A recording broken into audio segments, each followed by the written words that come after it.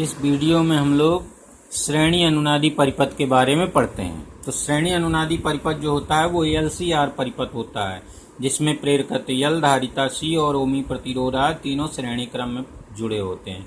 तो पीछे हम लोग पढ़ चुके हैं LCR परिपथ, सेम वही है सब, उसी को कहा जाता है श्रेणी अनुनादी परिपथ, लेकिन एक विशेष स्थिति में।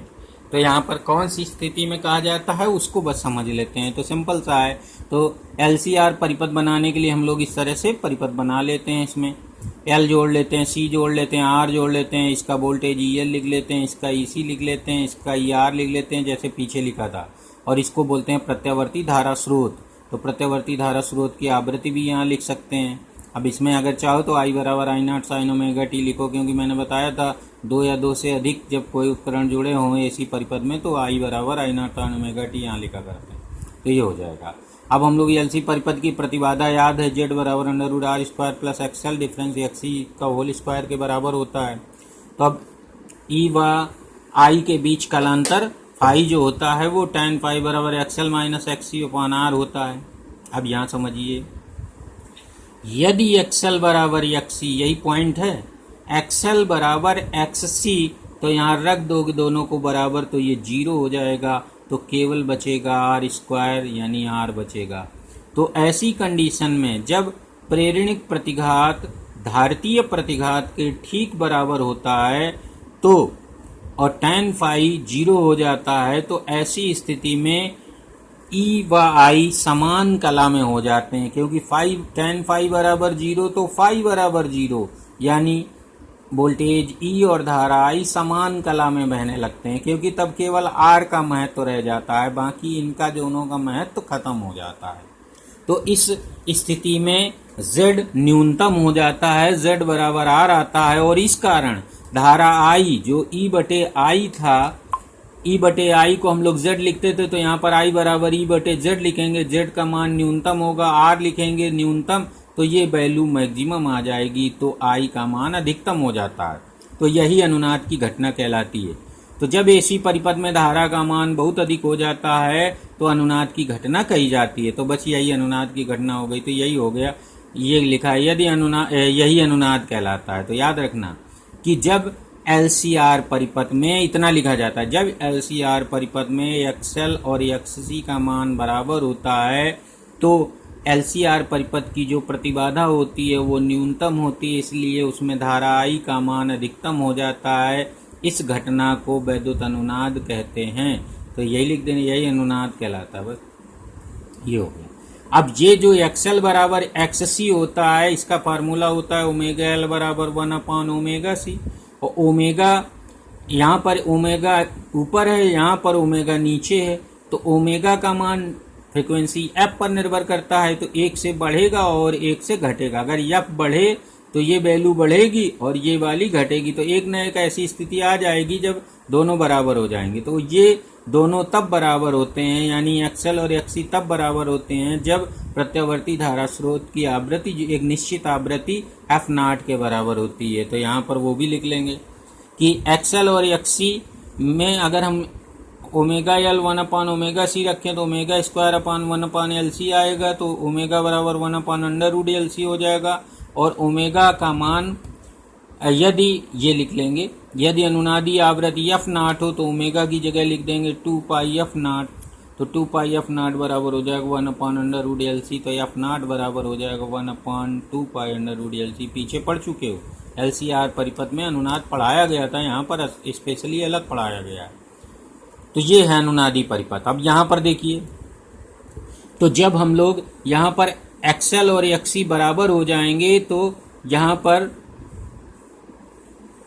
ये इसकी प्रतिबाधा न्यूनतम हो जाएगी। तो R न्यूनतम हो गया, तो R न्यूनतम होने पर धारा का मान अधिक हो जाएगा। तो धारा अधिक हो जाएगी तो इसके किनारे का वोल्टेज आ जाएगा R के सिरों का ER बराबर IR, और इसका आ जाएगा IXL IXC, ये 0 हो जाता है। तो इसमें वोल्टेज रहेगा और ये वोल्टेज, और इसमें इतना अधिक वोल्टेज, धारा का मान अधिक होने के कारण इसमें इतना अधिक वोल्टेज हो जाता है कि प्रत्यावर्ती स्रोत के वोल्टेज को भी क्रॉस कर जाता है। तो इसमें हमें वोल्टता अनुनादी भी इस परिपथ को कहा जाता है, क्योंकि इस परिपथ में वोल्टेज बढ़कर मिलता है। तो यहाँ लिख देंगे, अनुनाद की स्थिति में आरोपित वोल्टेज अर्थात AC स्रोत की आवृत्ति F0 के बराबर होती है। यदि आरोपित वोल्टेज की आवृत्ति अगर आरोपित वोल्टेज की आवृत्ति F greater than F not है या लेस देन एफ नॉट है तो अनुनाद नहीं होगा। तो जेड का मान न्यूनतम नहीं होता अर्थात धारा का मान अधिकतम नहीं होता, तब अनुनाद नहीं होता। तो एफ नॉट ही फ्रीक्वेंसी पर यानी जब आवृत्ति एफ नॉट के बराबर होती है अर्थात 1/2π√LC के बराबर होती है तभी श्रेणी अनुनादी परिपथ में अनुनाद होता है। अब यहाँ पर धारा का आवृत्ति एफ के साथ परिवर्तन निम्न प्रकार होता है। तो धारा यहाँ पर लिख दीजिए, एफ यहाँ पर, ये एक्स अक्ष पर एफ हो गया, वाई अक्ष पर धारा।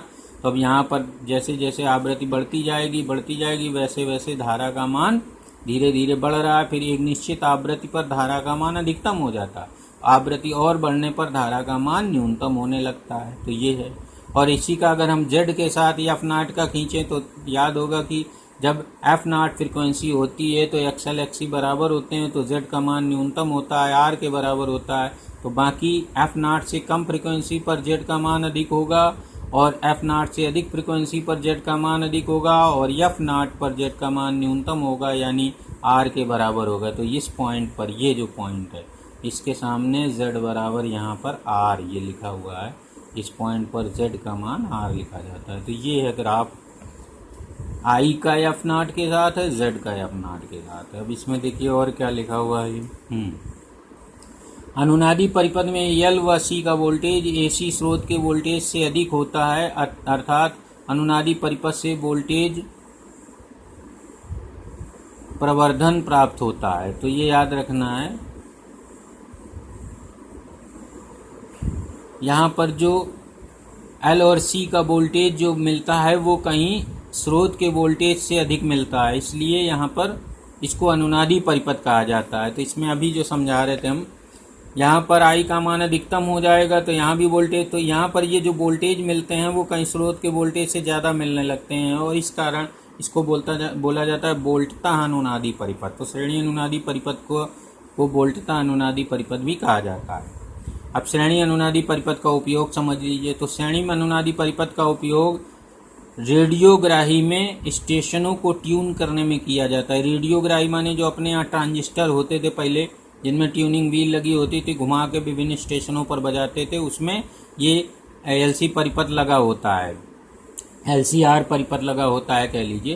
तो एलसीआर परिपथ, उसमें एक ट्यूनिंग व्हील सी के साथ जुड़ा होता है। जब ट्यूनिंग व्हील को बदलते हैं तो सी का मान बदलता है और सी का मान बदलने के कारण ये जो फ्रीक्वेंसी का फार्मूला था 1/2π√LC, तो सी का मान बदला तो एलसी बदला यानी फ्रीक्वेंसी अब बदलती है। और जब फ्रीक्वेंसी का मान, अब इस परिपथ की फ्रीक्वेंसी जब विभिन्न स्टेशनों से आने वाली प्रसारण में जो तरंगें आती हैं उनकी फ्रीक्वेंसी यानी उनकी आवृत्ति के बराबर हो जाती है तो अनुनाद की घटना हो जाती है और वही स्टेशन हमें सुनाई देने लगता है। तो याद रखना, हम लोग एलसी परिपथ श्रेणी अनुनादी परिपथ का जो उपयोग करते हैं वो रेडियोग्राही में किया जाता है स्टेशनों को ट्यून करने में। तो ये पूरा लिख दिया मैंने। तो इस जो रेडियोग्राही में जो एलसी परिपथ लगा होता है उसकी फ्रीक्वेंसी जब विभिन्न स्टेशनों से आने वाली तरंगों की फ्रीक्वेंसी के साथ, विद्युत चुम्बकीय तरंगों की फ्रीक्वेंसी के साथ मैच कर देता है यानी समान हो जाता है तो वही स्टेशन हमें सुनाई देने लगता है। नीचे लिख दिया। तो ये हो गया आपका श्रेणी अनुनादी परिपथ।